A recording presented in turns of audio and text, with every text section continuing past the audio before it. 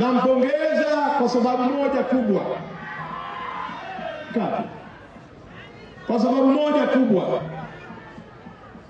Juzi ameomba radhi bungeni. Amechonganisha sana watu hapa. Na leo hapa ameanza kumsifia mbunge mkuu wangu wa wilaya kwa sifa zile ambazo alinisifia mimi nilipoteuliwa kuwa mkuu wa mkoa. Lakini sasa hivi hata kutamka jina la Makonda hawezi. Na msifu kwa sababu aliomba radhi.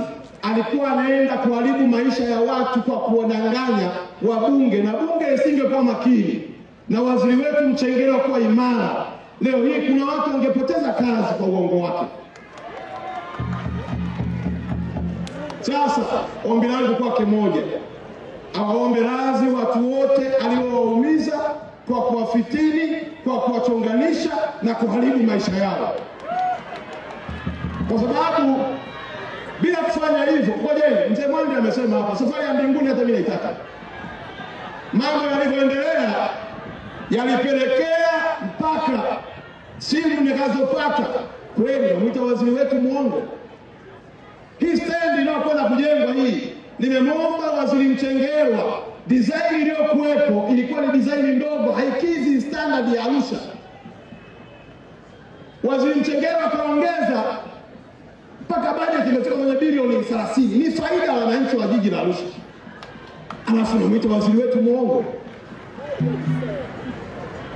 Kwa kuwa bunge limemsamehe, na mimi moyoni mwangu sina shaka naye, lakini sharti langu moja, aliwaumiza na kuharibu maisha yao, akawaombe radhi.